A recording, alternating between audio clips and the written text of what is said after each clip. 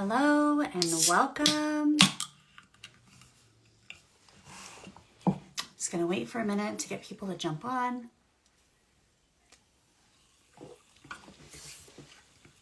Hello. Just gonna wait a second to let people jump on.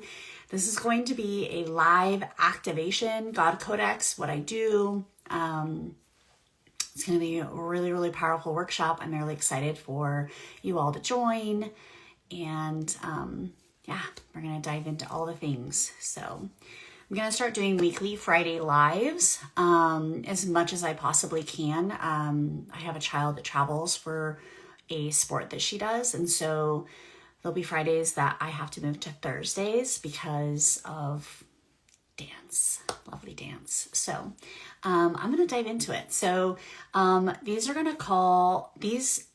these lives are specifically so that I can really dive into some powerful context of what I do in long form. So sometimes as multidimensional healers, it's really difficult for us our human to explain exactly how we maneuver things and do things without over explaining or feeling like we run out of time on a reel. So yeah, so I'm excited to dive into things. Okay, so most people don't realize this, but when your focus is on what is missing, your nervous system learns to scan. So I'm going to tell you an example. I actually heard this on a podcast the other day, and I loved this metaphor.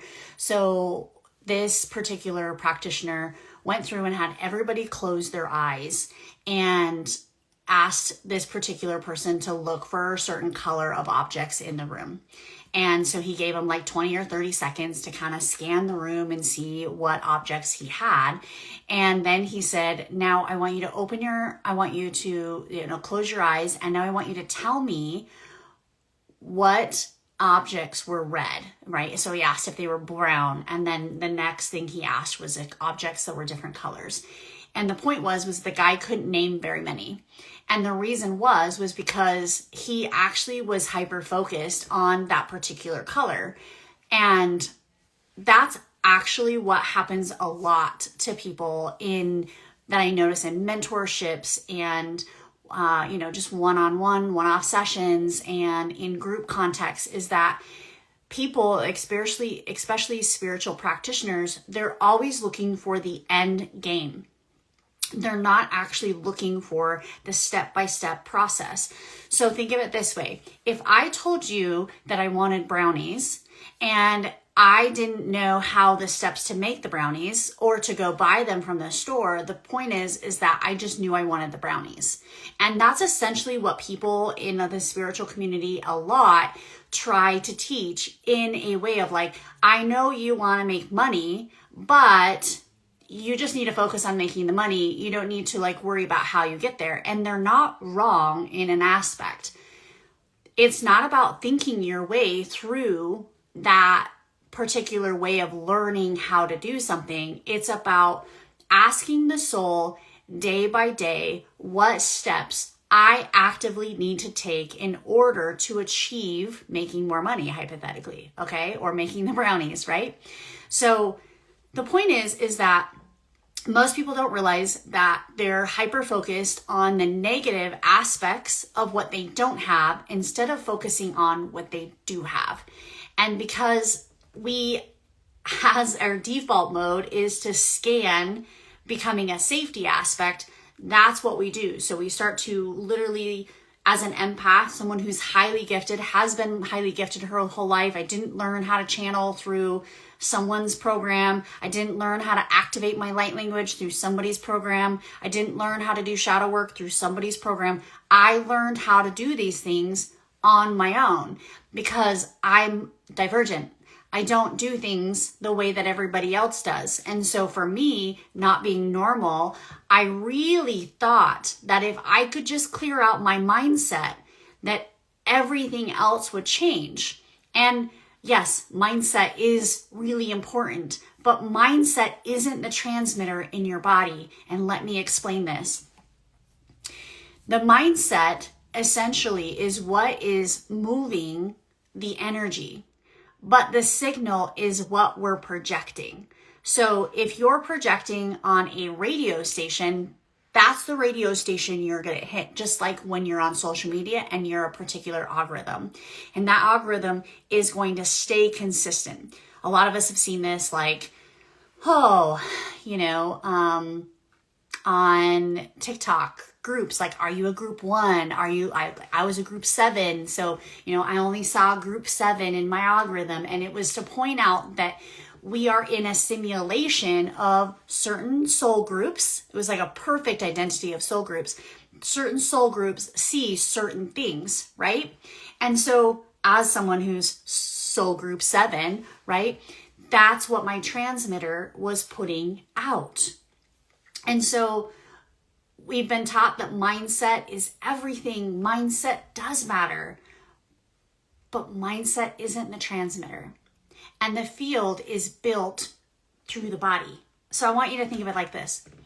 When you start your day and you walk into a room, do you think about what's going on in the room, or do you feel what's going on in the room? And here's how you notice. For me, I feel what's in a room, because I can walk into a space and feel the energy of, 1, whether I'm wanted there, or 2, whether I'm not wanted there, very quickly, without anyone saying a single word to me. Why? Because that's the transmitter. That's what's being projected out into the universe. So you can think positive all day, and I see this. I have clients that have great mindset. They don't have the looping. But if your body is constantly waiting for that brace, and I say brace because that's what it feels like. It feels like this energetic of like, ooh, what's going to happen? Or guarded or overextended. That's the signal that your reality is responding to. Okay? So I hear all the time, I've done my affirmation, I've done my work, I've done all these things, but why am I not seeing my reality change? And it's because affirmations don't convince the body of safety. So, do I think affirmations can work for some people? Yeah, and they do work for some people. Those commands in the morning, they do work for some people, but they didn't work for me. And I was finding myself constantly hitting a wall. Did the hypnosis? Yes. Did I not respond as much? Did my nervous system feel better? Yes.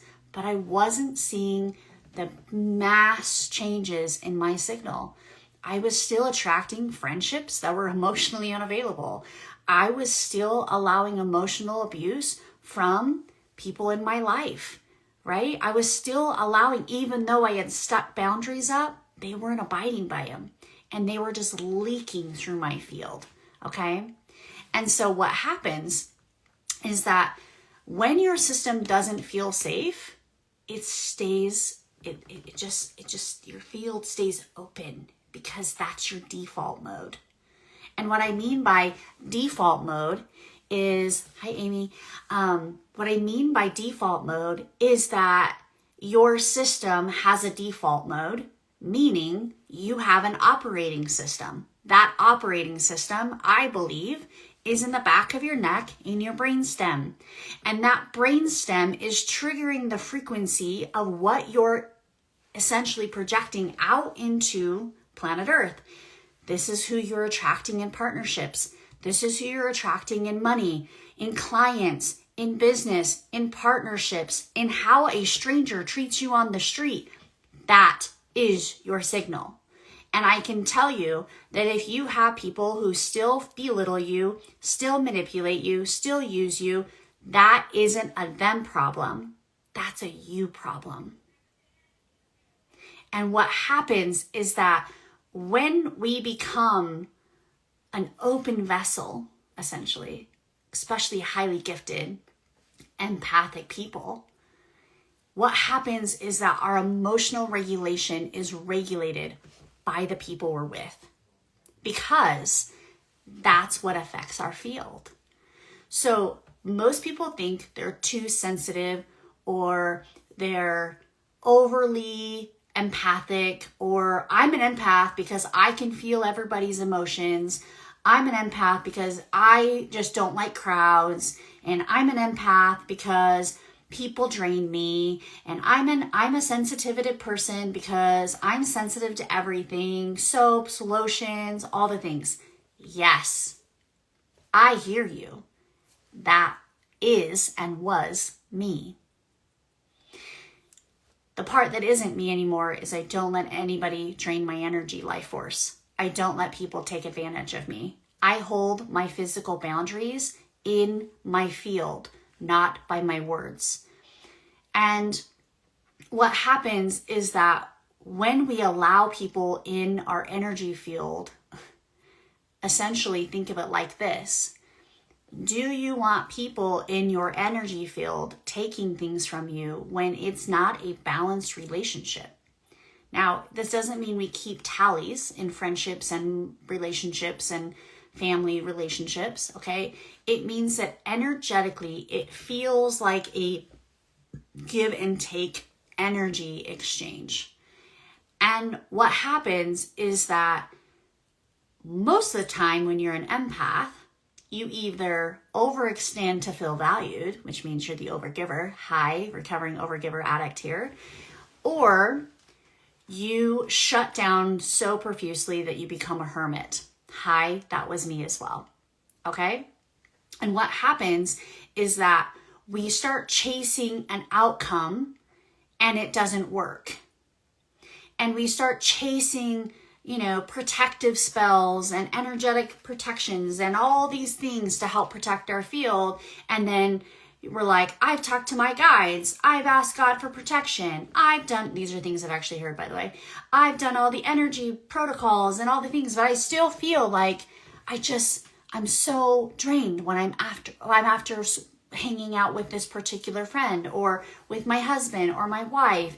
And I'm going, yeah. Well, that's because you have an open field. And what I mean by open field, meaning think of it like this, your door in your energetic frequency is open all the time. And you do this because, again, we go back to that operating system. That's your default mode. And so by that being the default mode, what we find is that if we keep the door open, and it's full of various reasons, then I know what's predictable. Then I can control the outcome. Then I can feel loved. Then I can feel safe. These are all nervous system recalibrations that operate in the back of the neck in your operating system. And this is where the mantis beings that I started working with back in May, I believe, started to recalibrate my system, and I started to be able to feel more in my body than I'd ever felt before, and I didn't think that was possible.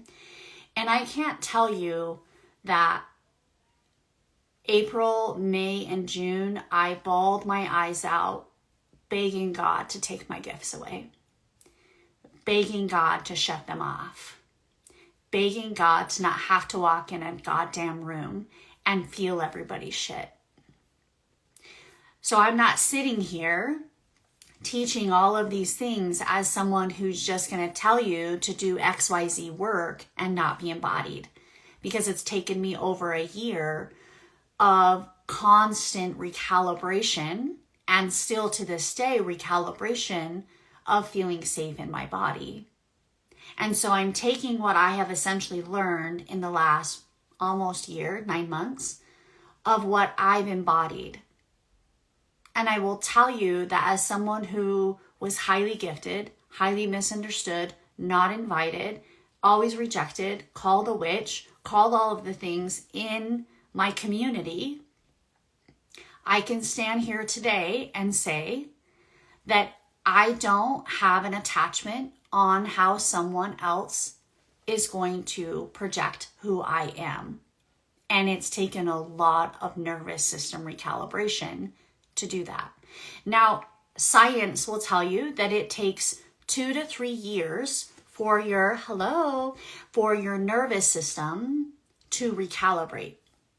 And I'm not going to say that they're wrong, but I'm going to tell you that when you work in the quantum aspects and the actual codes of what you're running, we know energy moves at light speed. Therefore, you can recalibrate the nervous system and the body at light speed. That's the power of the God Codex. And this is my own modality that the Mantis beings essentially have been uploading into my system as a technology and recalibration. And they're, people, it's really interesting because I don't even have to tell people now that I work with Mantis beings. It's not something I come out and say, oh, I work with Mantis beings and I do this and I do that. And I'm a channeler for Mantis beings. People can sense it if they channel it. And I'm not going to use that as a platform because I don't need to. It's who I am. It's what I've learned. This is my embodiment. And so regulation creates results faster than force or mindset work ever will. Because when the body starts to respond from safety instead of bracing, it brings it brings the people, the money, the relationships, and you stop having to respond by bracing for impact. And this is where I want to share, not conceptually, but systematically, of how that shifted in my life. Because I'm not in these really heavy toxic relationships, but my body felt like I was, and I couldn't cognitively understand. That's the power of the unconscious mind, right? We know that the unconscious mind is running 90+% of what we're experiencing in our reality. But what if it wasn't the mind? What if it's your body and that nervous system triggering those unconscious thoughts and patterns that change how you learn how to respond? Because I had done the mindset work. I had done tons of hypnosis. I had done tons of quantum healing work, but my body was still bracing. And so from May and still today, I'm recalibrating at a faster pace than I've ever felt. And I feel more in my body than I've ever felt. And I will also tell you that my body is finally releasing weight for the first time. My body is finally releasing the excess weighting energy that's in my field, because my body finally feels safe not to have an extra protection around it. Now, some people have weight because they overeat, because they have bad habits, but that wasn't my story. And it didn't matter how much I exercised and pushed through the uncomfortability, my body wouldn't let go of weight. And I realized that I had insulin sensitivity, and I realized I had PCOS and all these scientific names of justification of why I was having that. But when I actually got to the root of the symptoms, which is the weight, the insulin resistance, the PCOS, the irregular periods, the horrible cramping periods, all of those things, I realized it wasn't attached into my womb. It was attached into my nervous system. And that nervous system was in constant bracing, constant deflection, constant defensive. And I realized that I couldn't even go enjoy a sound bath without feeling like I was being psychically attacked from some unknown energies, without even someone coming in to talk to me. That's how much my nervous system was looping. And the beauty of all of this was that was my soul signal. My soul was leading me into my divine mission work. Now, does hypnosis still have a role in someone's healing? Absolutely. Does someone's somatic work still have a place in someone's healing? Yes. Does Reiki and quantum healing and all of the modalities out there still have a place in someone's healing? Yes. But I just hijacked the nervous system, and I learned how to code it. So, welcome to God Codex. This is my modality. This is what I'm here to share with the world. And I love that it's not something that feels like you're fixing someone. It's just by shifting and changing the operating system that's running in your field. So, as I'm looking at my notes, making sure I'm staying on track here. Now, I noticed as I was operating in these different aspects of myself, the first one I noticed was I was operating in struggle. My operating system had learned how to be uncomfortable. And that is all I knew. I only knew uncomfortable. That's my neurodivergent, right? Like constant uncomfortableness, constant struggle. And so I sat with myself and I said, wow, why have I always felt like I needed to struggle? And I realized that's what my ancestors knew. That was actually imprinted on me in my DNA system. Now we know things can be passed down through past life experiences, DNA, which is ancestral, or your actual incarnation. So I said, did this actually come from this incarnation? And the answer was yes. Did it come from ancestral imprint? The answer was yes. Did it come from past life experiences as an oracle and a witch? Yes. And I thought, whoa, I really have this operating system of struggle. And so I started to reprogram it with a sequence of numbers by starting to change the architectural multidimensional structure of me. Now, I can sit up here and tell you how it's transformed all my clients and how much people have changed through this modality. But the real medicine is what I've anchored in my body. The real medicine is me being able to say, I stand here today in an energetic authority without feeling like I need to fix the room because it's uncomfortable. Knowing it's not my shit, right? So in the God Codex, the shadow actually isn't something we heal. It's data.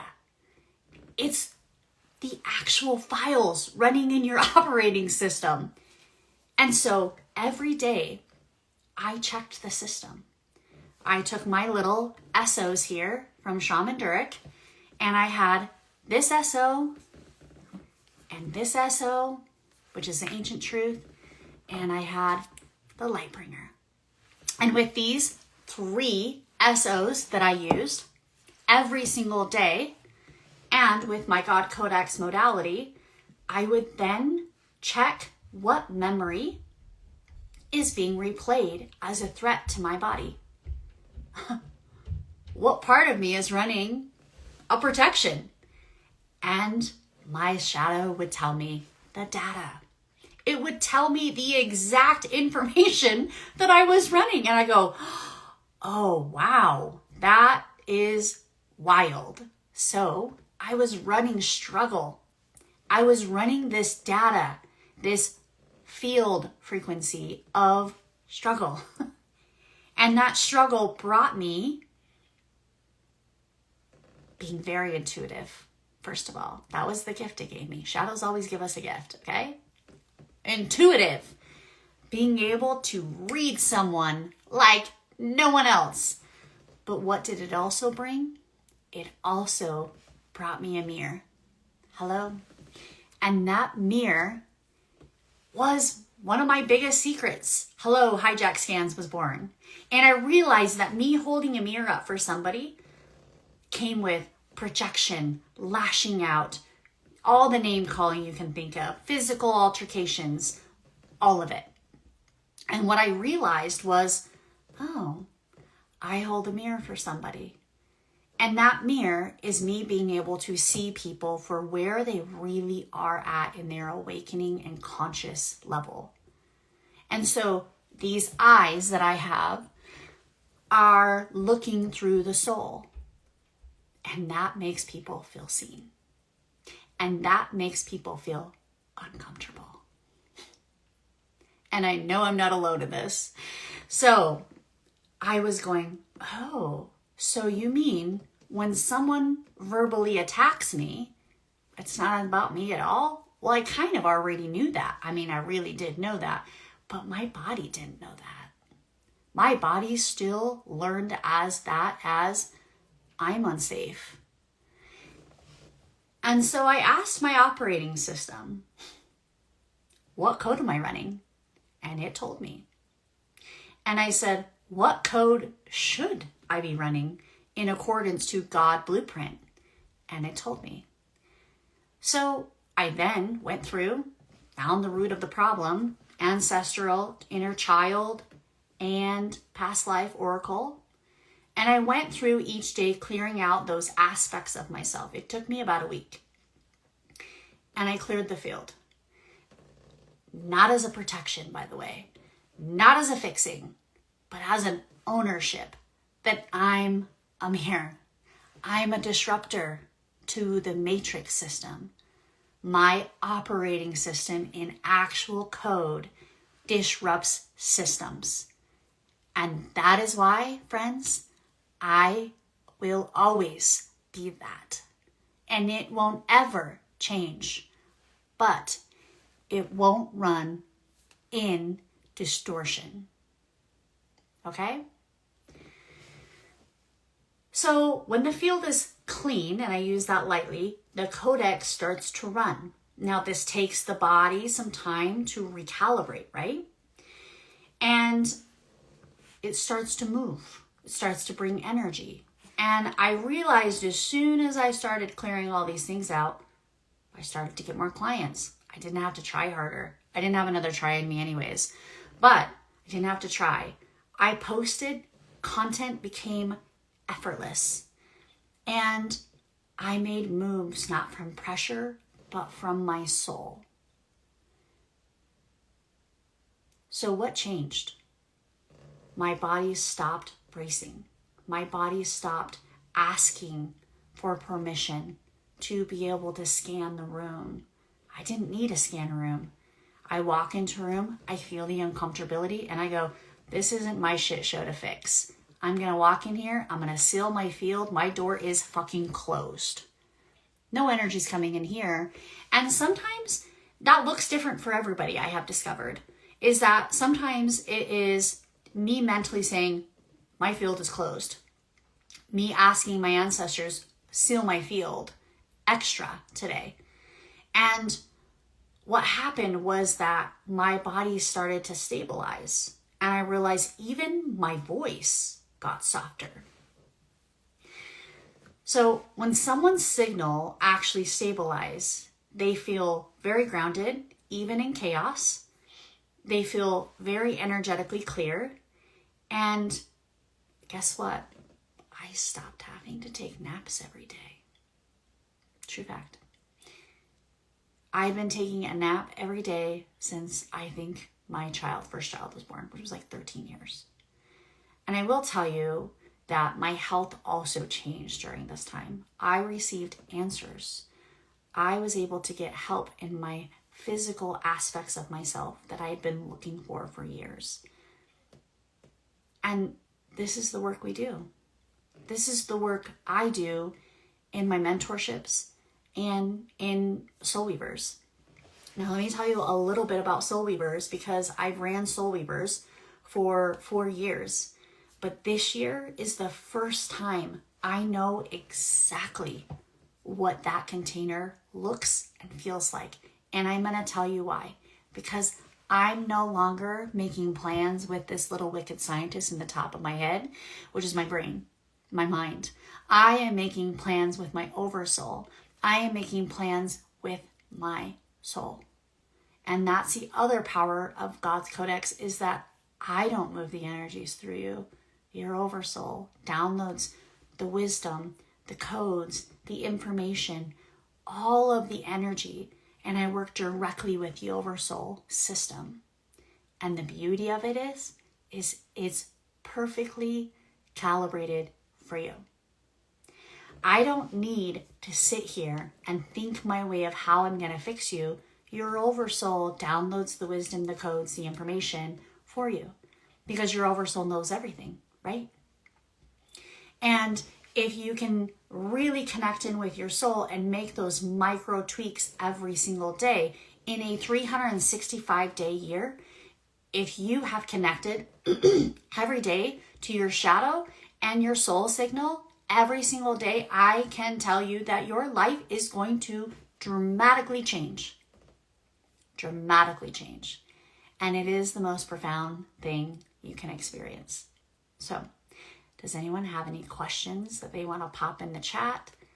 If you do, I'm going to probably finish up here pretty quick. But this is what I do now. And this isn't something you understand your way into it. It's something that you experience. It's something that you feel in your body.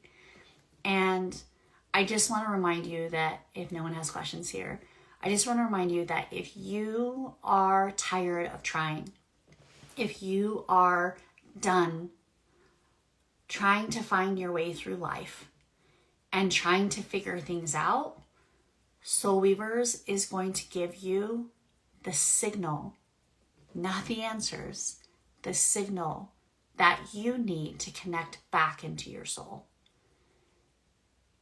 Because you don't need to try harder. Because you didn't fail. And this is where Spirit is coming in with a really powerful message.